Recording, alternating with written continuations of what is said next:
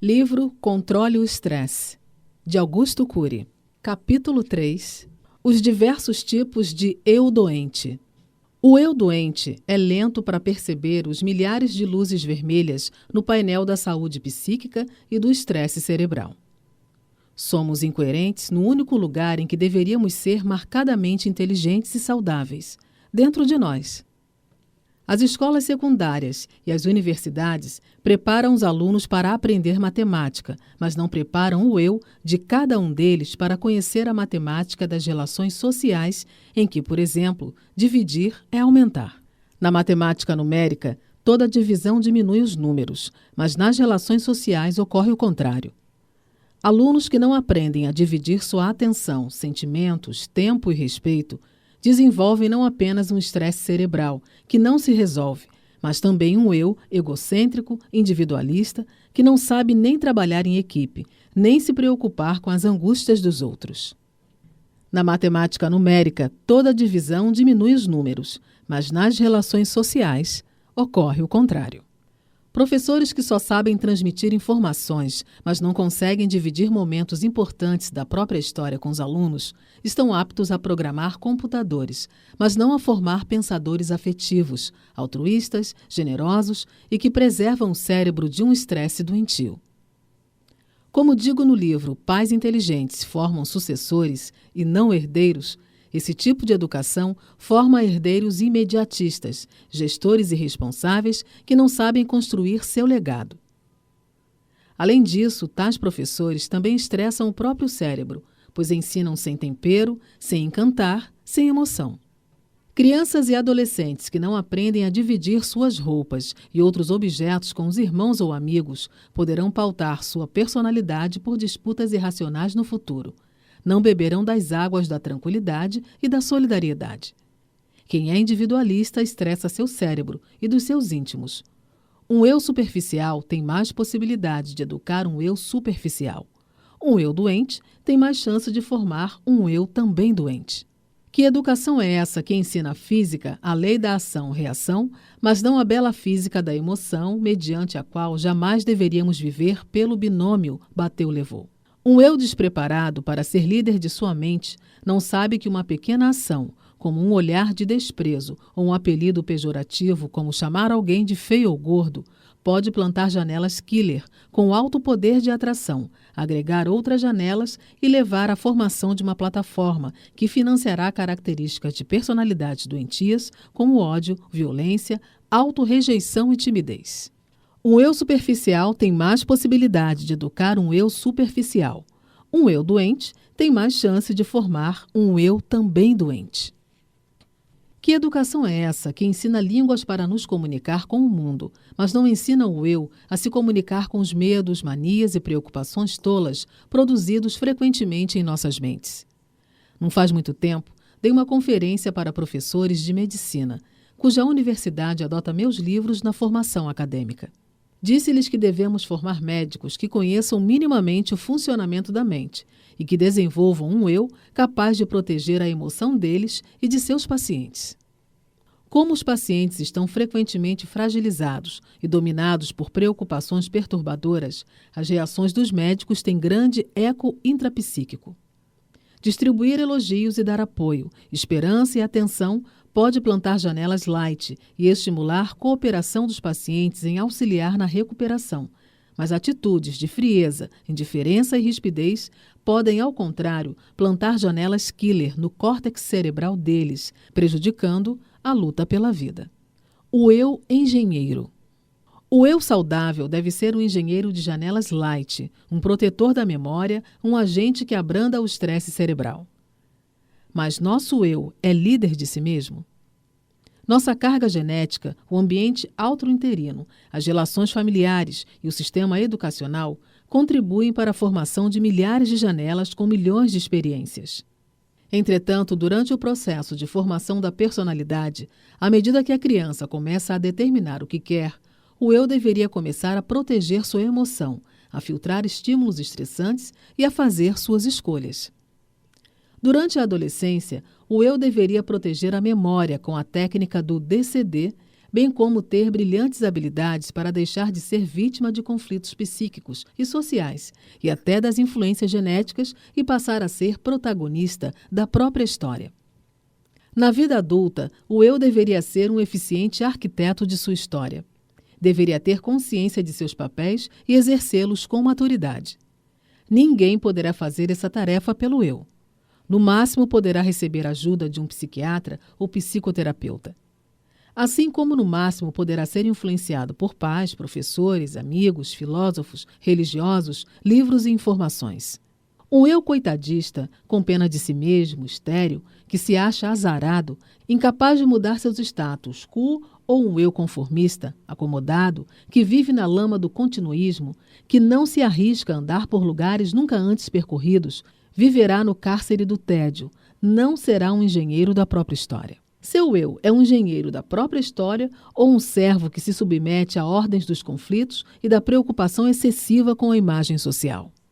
O eu engenheiro determinará seu futuro emocional, seu sucesso de produzir relações saudáveis e até sua eficiência e libertar a criatividade. Gerenciar os pensamentos é ser livre para pensar e não escravo ou escrava dos pensamentos. Infelizmente, somos hábeis em explorar jazidas de petróleo, de minérios, alguns também são especialistas em reivindicar seus direitos sociais, mas não em explorar seu psíquico e reivindicar seus direitos intrapsíquicos. Uma mente livre, uma emoção saudável, um intelecto relaxado, uma inteligência criativa.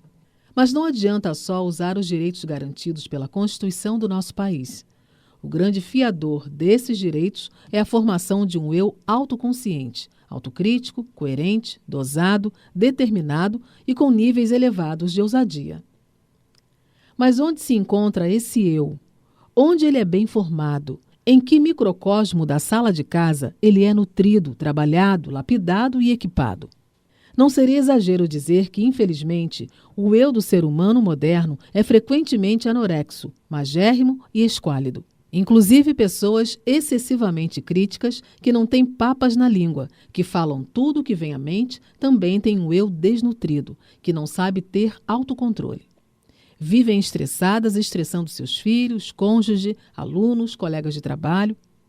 Podem ser ótimas para criticar os outros, ousadas para falar o que pensam, mas infantis para se repensar e se proteger. Gerenciar os pensamentos é ser livre para pensar e não escravo ou escrava de pensamentos. O sentimento de culpa intenso assalta a mente, fecha circuito da memória, produzindo autopunição e não a correção de rotas. A culpa dosada corrige rotas, a culpa intensa destrói os caminhos. A maior vingança contra o inimigo é compreender e perdoar, inclusive se perdoar. Pensar com consciência é ótimo. Pensar demais e sem gerenciamento é uma bomba contra a saúde cerebral. Monitore a síndrome do pensamento acelerado, SPA. Não seja uma máquina de trabalhar, de se preocupar, de infindáveis atividades. Exercite não sofrer por antecipação. Treine não ter uma mente agitada, ansiosa, irritadiça, que tem baixa tolerância às frustrações.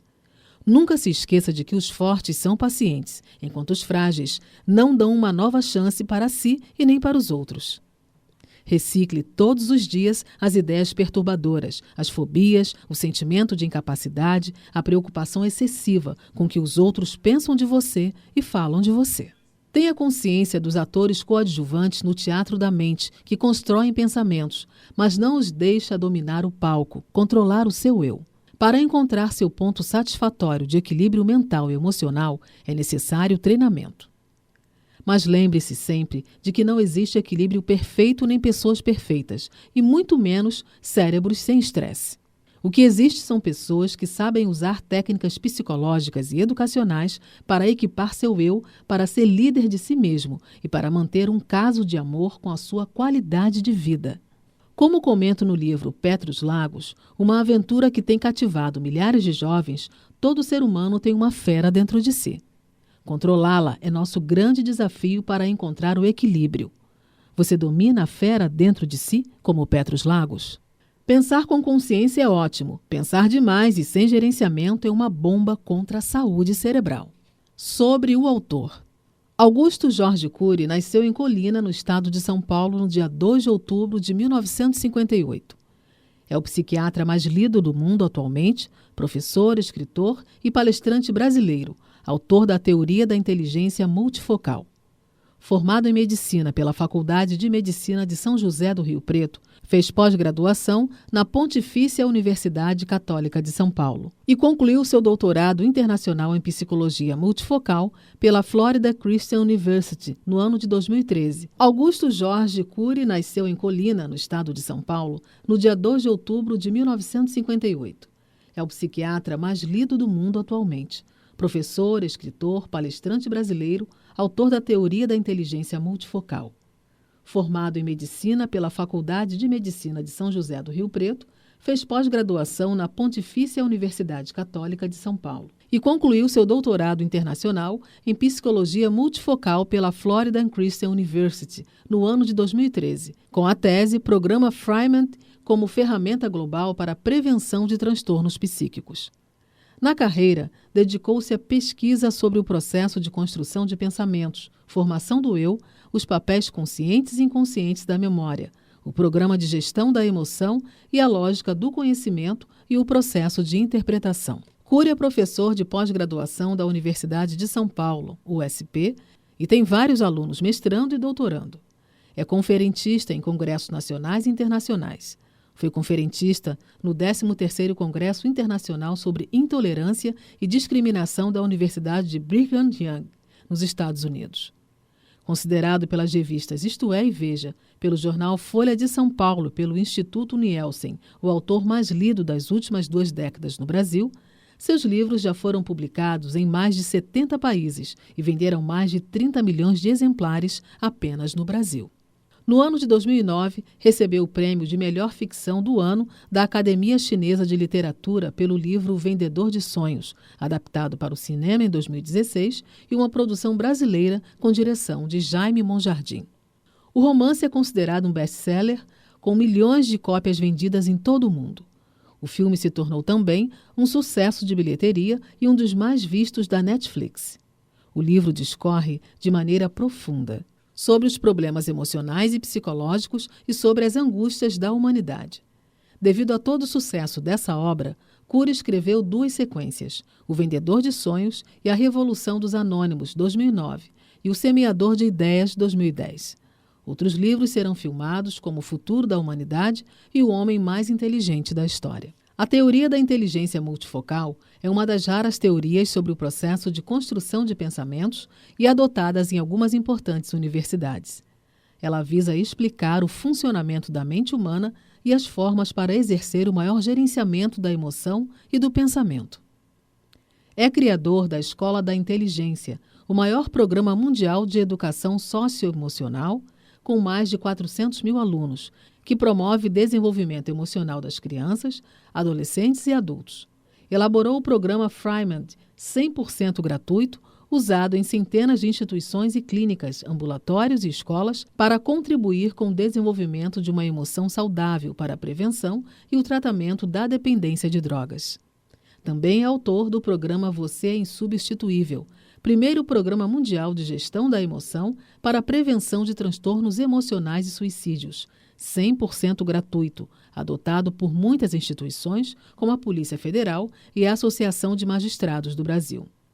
E foi adotado mundialmente por uma nova rede social, a Gottschalk, que está disponível sem custos para todo ser humano de qualquer país. Entre na Gottschalk através do convite do Dr. Cury na bio dele do Instagram.